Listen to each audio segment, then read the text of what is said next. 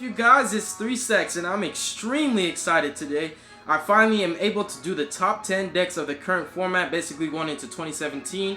What I have here is a card just to represent every deck that I'm describing. Me and myself, I own 8 out of the 10 top decks, so I'm fortunate enough to actually show you guys the cards.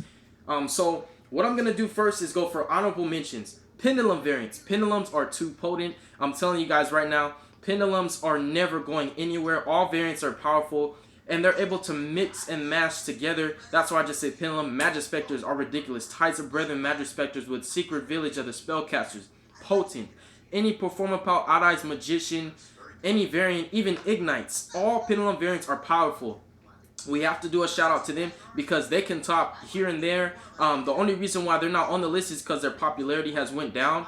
Satellar Knights are my favorite deck of all time, and I have to do a shout out to them because they won World Tournament 2015. They topped Worlds. They beat every single deck in the world.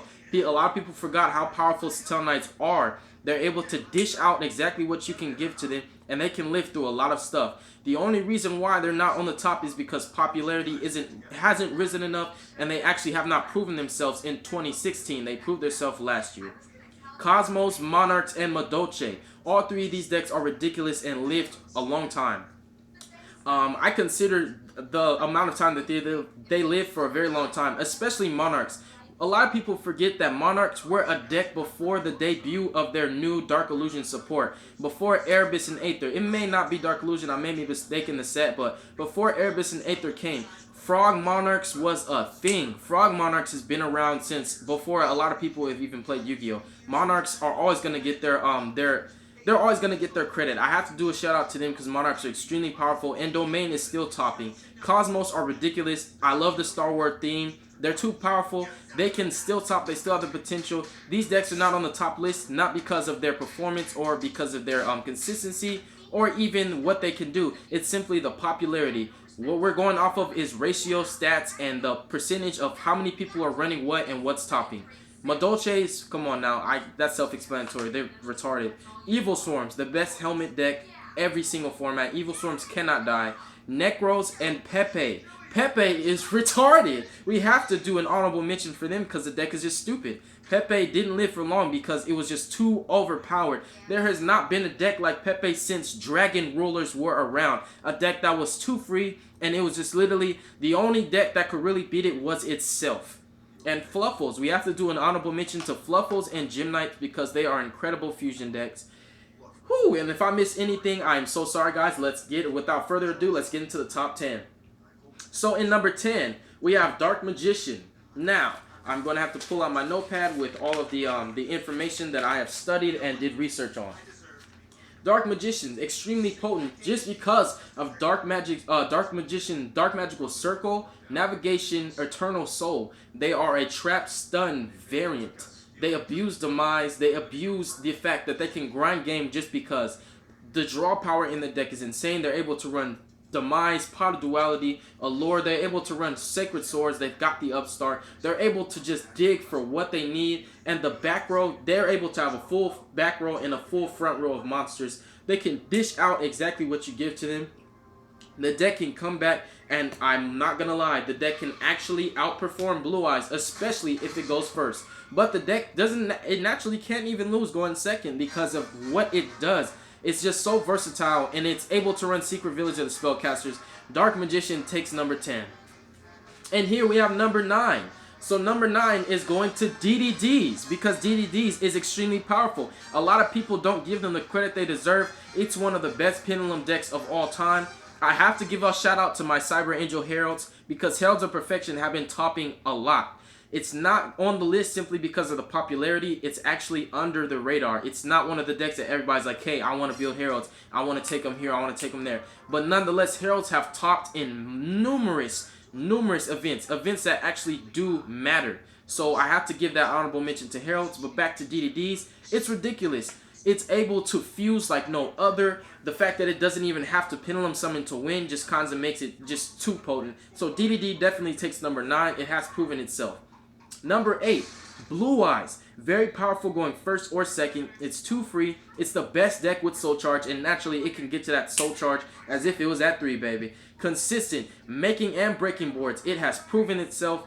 Blue Eyes only takes number 8 because now it seemed like Konami knew how strong Blue Eyes was, so they built a bunch of decks to counter it very easily. And I do have to give a shout out to Blue Eyes Spirit Dragon because it was the out and the answer to the previous format. The Blue Eyes Spirit Dragon is able to shut down PK Fire's Grave effects, shutting down any Pendulum variants because of not being able to multiple summon, like summon simultaneous monsters. And the tag out actually makes it potent going against Monarchs, being able to bounce their tribute summon monster right back. It's just extremely powerful. So Blue Eyes takes number 8. Number 7. So let's take Dark Magician and Blue Eyes out of this picture. Number 7 goes to BAPK, all Burning Abyss variants. It's hard to kill, it doesn't lose to back row, it's lived through too many formats, 2 years worth of formats, going on 3. It's been running strong for a very long time. There's no problems with what the deck does. It's not very easy to beat, even if you do play Winter Cherries, because it has the Phantom Knight variant. It has rank up options. It can make Ophion and Dark Requiem. It's very powerful. The thing is, people are getting tired of it. They're getting very bored of the deck because they've just been playing it for too long. It's not necessarily the performance, but it's just kind of getting played out, and I'm not going to lie. But it's still a powerful deck, and if you have the money for it, it's quite budget. You can take this deck a very long way. It's very powerful. It's 2 free. Dark Law, Dark Requiem, Ophion, and Beatrice is good game no matter how you look at it. So BA definitely takes number 7.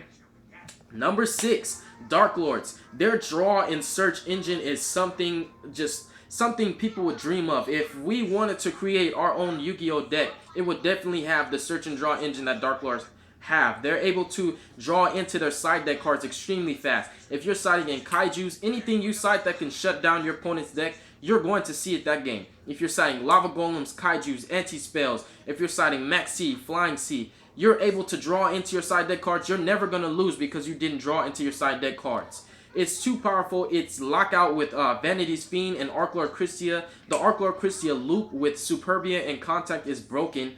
It has yet to prove itself because it hasn't been out long enough, but we have seen what it can do, and it has definitely topped in plenty of events for it to take the number 6 spot. It is very similar. The draw engine is similar to Blue Eyes, just a lot more consistent, and it is extremely potent with Soul Charge as well. Number 5, I do not have a Minerva to represent it. I actually don't have a DDD monster or Minerva to represent the deck. But Minerva Sworn takes number 5. It's proved itself. It's 2 free. It can grind. It is able to make Bahamut Shark and Tree Toad. It actually is able to make those boards. It is. It's very potent. It can make powerful boards. It's lots of room for opportunity and creativity. The deck can be pretty much what you want it to be. I will state that it is a deck that plays a game of gamble on mills. You can only get lucky so many times, and you might just mill something that you needed, like Soul Charge. You might mill that Raigeki. You might mill the best top deck of your life. So the game can win, but the deck can win, but it can also kill itself. It still takes number 5 because Minerva Sworn has topped numerous events. It is a little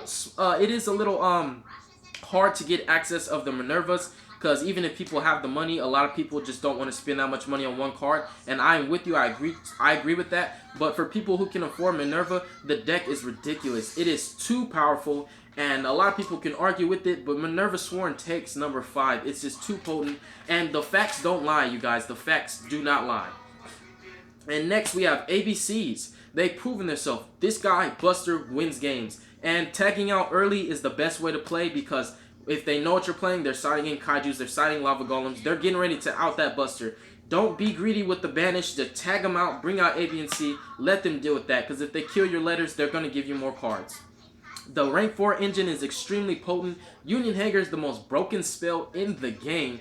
They can make monsters immune to monster effects, spells, and traps. You can make your Buster unaffected by every card effect except for a Kaiju. And if they Kaiju him, the A, B, and C are going to give you more advantage. It only loses to Cherries and D-Barrier. Now, if you don't have those Cherries and D-Barrier in your hand, you're going to have a very hard time killing the deck. It is not completely invincible. I myself actually have been able to perform ABCs. You've seen it on my channel. But nonetheless, it takes number 4 because it's topping everywhere. ABCs, before they came, we were learning about what they can do in OCG. Everybody knows how powerful this deck is. ABCs take number 4 only because the 3 decks ahead of it are ahead of it for a reason. Frog variants takes number 3, and I'm speaking of Mermail Frogs, Hero Frogs, Dark Law, Tree Toad, and Bahamut Shark, Light Swarms, actually are able to be a frog variant because they can run 3 gigabyte and 3 of the 10 goldfish. They can make the totally awesome as well. Clown Blade. We have seen a vanilla Mador kind of Clown Blade engine that pumps out totally awesome. All frog variants are extremely potent. Now Paleozoic are the best frog variant, but we're not putting them in the category of frog variant because they're their own deck. But all frog variants are potent. They're really hard to play around. Tree Toad just is too busted. If you don't have that out, you lose to this card. He's extremely powerful. Frog variants take number 3 because they have proven themselves. A deck that can make frog is a deck that can outplay nearly every single deck out there that exists. If you don't have Lava Golem or a Kaiju, you're having a lot of trouble dealing with this one guy. And the fact that frog variants can make another one and consistently recycle him back to the extra deck and bring him back out, you're always going to be staring him in the face and he's just licking himself, it seems like. He's just really not that serious, but he's going to get you extremely serious and piss you off. And frog variants take number 3. Now, number 2 goes to Paleozoics, and we can put that frog back because they are the number 1 best frog variant. Paleozoics are powerful. They have proven themselves to be too strong. Extremely powerful. They are too consistent. The draw engine, able to run 3 Card of Demise, 3 Pot of Duality, 3 Pot of Desires, 3 Reckless Greed. The Trap Pikaia draws. Opabenia searches. You're able to run 3 Legacy of Yatagarasu, more draw power. You're able to run tons of cards that give you advantage. The deck is too hard to outperform. If you don't have Denko, Jinzo, or Royal Decree, you can lose very easily. The deck can creep up on you. You may think that it having no back row means that it's not going to do anything. Be careful of playing your own traps because they can win off of your back row. They're too powerful. They are extremely potent. They can chain off of your traps, and running the frogs like Duke Frog, Ronin Totem, and Swap Frog make the deck even more insane because even if you Denko them, they can still make the Toad. They can still make their plays without their traps. This deck is too strong. It's very consistent. And the cards that it loses to, it has an out to them. So this deck can go a very long way. It's in number 2 for one reason. Because Metal Foes are the best. Now, and I'm speaking all Metal Foes variants. There are tons of Metal Foes variants. Metal Foe ABCs, Metal Foe Yang Zins. There are Metal Foe variants all over the place. Metal Foe Abyss Actors. I can't name how many Metal Foe, just Metal Foe variants. Because they're kind of like, we can say Phantom Knights, or they're kind of like how the Dragon Rulers were, where it was just a engine you can splash in a lot of decks to make them better. Like Dragon Rulers, people are like, hey, let's just run the Dragon Rulers because they just have good synergy with a lot of decks. Metal Foes have synergy with too many decks. That's why I say Metal Foes variants, all of them. Metal Foe Yang Zin probably being the best hybrid variant because going first, it wins no matter what, how you look at it. Metal Foe ABC is probably the next most potent, but pure Metal Foe is the best deck. Metal Foes have the highest ceiling. The comebacks are real. They can play around tons of boards. Mithurium is just too strong. Alkahest is too strong.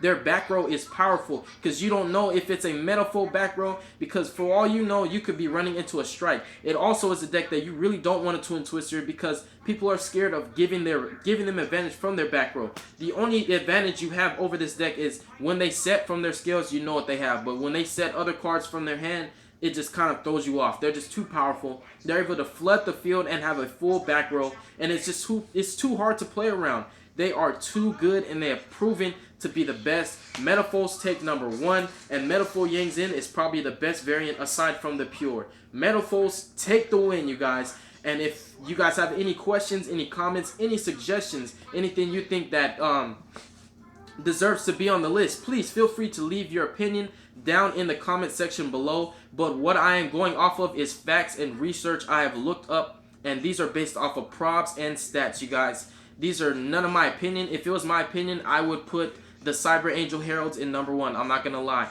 but the facts don't lie, and this is the number 1 deck of the format. I look forward to seeing what it's able to do in the future. You guys be blessed. Have a great day, and I really appreciate all your support. I am sorry that I'm a little late bringing this to you, but I'm not gonna lie, I was very hyped when I was able to collect the information. The only reason why it took me so long to bring this video to you is because I did not want to mislead you guys and give you incorrect information. So God bless you guys once again, and you guys have a wonderful day. I look forward to seeing you again. Or sorry, you can't really see me this time, but I do look forward to bringing you some more content.